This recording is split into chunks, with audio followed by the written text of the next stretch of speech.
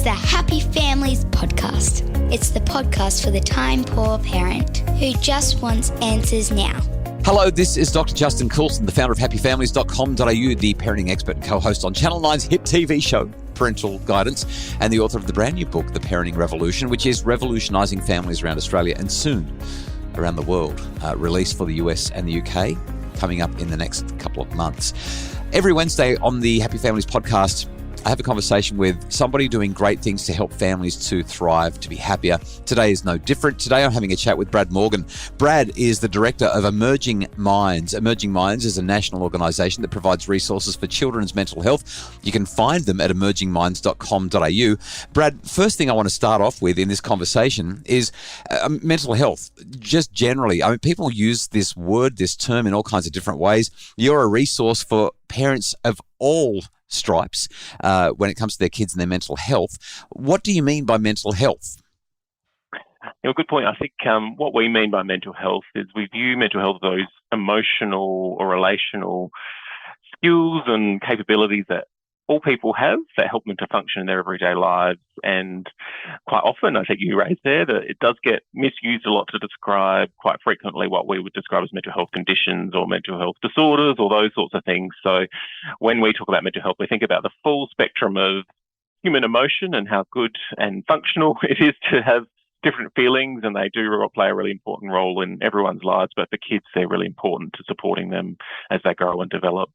Great. So, Brad, I think that the work that you do is really important, and it's quite complementary to the work that I do. You touch on a whole lot of things that I tend not to, just because our audience lets us know what they need. But there's a whole bunch of stuff that I could delve into, except there are people like you who do it so well.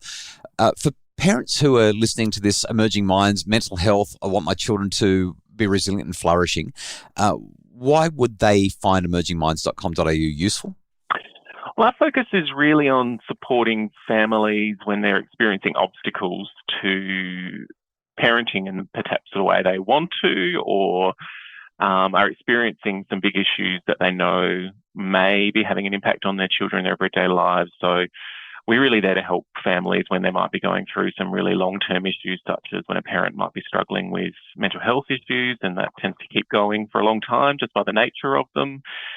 When families might be going through some really tricky situations in relationships with each other or between partners, or there might be other issues such as sort of ongoing physical health concerns where, we all have to wrap around the parent or the sibling or a child in the family who might be going through some pretty tricky stuff as well. So our work's really on helping families navigate through those tricky situations that really just overwhelm them in a lot of circumstances. So this is the podcast for the time-poor parent who just wants answers now. Let's assume that there's a reasonable portion of families who are listening to this conversation and they are going through some tricky times. Resilience is waning. Times are tough. Maybe it's some financial challenge. I mean, it's getting harder and harder to pull through, especially colder weather, cost of electricity and heating, food prices are high, petrol prices are high, cost of living, mortgages, rent through the roof. I mean, it's tough. Many of the families that are struggling and probably listen to this podcast are not just struggling financially, but also, as you said, with mental health challenges, or maybe there's some alcohol abuse. I had a chat with a dad just the other day who went overseas to get away from life. His family's not in a good way at all, but he found that while he was overseas, his alcohol problems re-emerged because he didn't have the same structures in place over there that he had right here that could help him.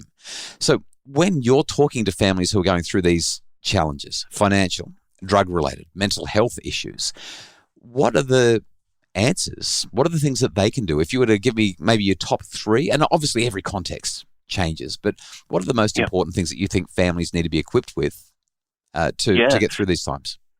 Yeah, well, I think something we really focus on is families developing a shared understanding of what the issue is that they're experiencing and actually having an open way of communicating about that. So, for example, we know, many parents struggle with depression, for example, and what that means is, it slightly varies for every person who experiences it, but some of the things they might experience is quite a lot of tiredness. They might have a short fuse, so their anger might be more abrupt at times. And what we really encourage is for families to have some communication about what that means for everyone in the family. So for kids in particular, what do they notice about that? So, I've noticed Dad's not getting out of bed that much these days, or he seems to be really cross every time I do something really small, and that wasn't like that in the past. And what you're seeking to do in that space is for parents to feel confident to actually explain to their children what might be going on for them, that there's a language that they have of it.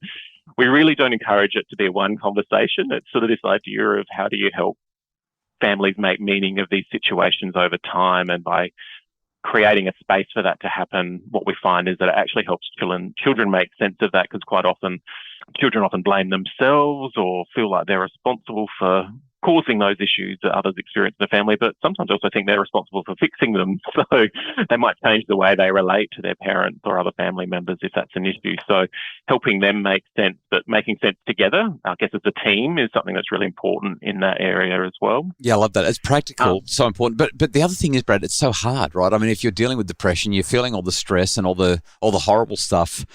How hard is it to sit down and say to the kids, we got to get clear on what's actually going on here. And yet that's exactly what's needed. I mean, I love it, and yet I'm struggling with it. But you're so right. Having the conversation, it requires the adults to be the adults. And in circumstances where maybe you can't feel like you can have that conversation with kids, is knowing things like depression exist for quite some time, and there's periods of wellness where you become a bit better, and then you have periods of quite being unwell again.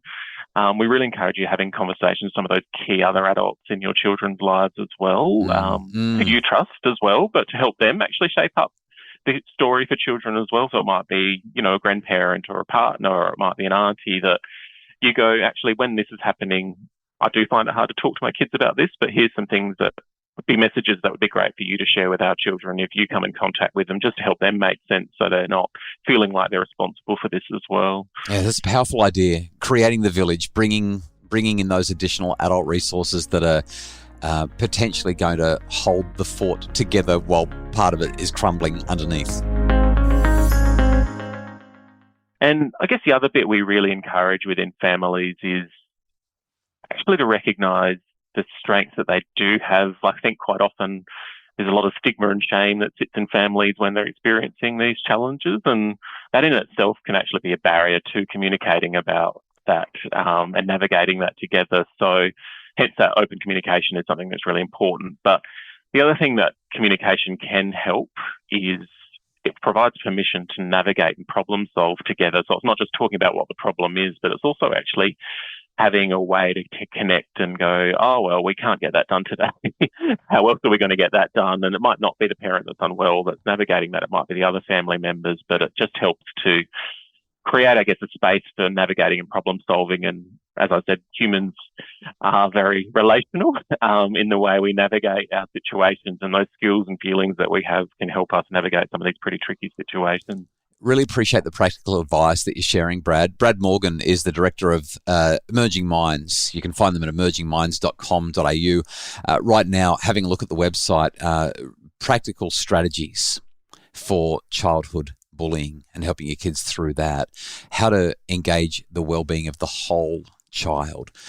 There's also a couple of things that caught my mind that I thought were really valuable here in terms of guiding principles for child mental health, the importance of cultural and spiritual identity, trauma-informed ideas to help, prevention and early intervention, really understanding relationships, strengths, vulnerabilities, resilience. There's resources for practitioners, there's resources for families, there's resources for researchers and even organisations. Really great to talk to you about this. And Brad, like I said, I wanted you to be here on the Happy Families podcast because you've got resources that we at Happy Families just haven't had the capacity to develop and create, and you're doing great things. I've actually just clicked onto one more page here, the families page itself, and I love what you've got here. Resources for parents with a mental illness, resources for families going through natural disasters, anxiety, supporting your baby's well-being. I mean, this stuff it's the everyday things that parents struggle with when resilience is at stake. So really appreciate the conversation. Is there anything that you want parents to know about that we haven't covered off as we've chatted about emergingminds.com.au and the resources that you have for children's mental health? I think just to highlight all those different topics you said there, and our real goal is we've really learned from families going through some pretty tricky stuff alongside the professionals to really how they navigate through these really tricky times, and the resources that they're really voice of parents in many circumstances, actually helping those that have been there, how they've navigated and what they've learned through that they like to share with other families. So yeah, definitely have a look at those resources and see what might be useful for your family, and to say there's always more coming because there's always new things and new challenges that families are facing. Okay, emergingminds.com.au. Brad Morgan is the Director of Emerging Minds. Thanks for joining me on the Happy Families Podcast. No worries. Thank you for having me. The Happy Families Podcast is produced by Justin Rulon from Bridge Media. Craig Bruce is our executive producer. And for more information about making your family stronger, happier, more resilient, obviously, there's all the resources at happyfamilies.com.au. But it's definitely worth having a look at the great work that is happening at emergingminds.com.au as well.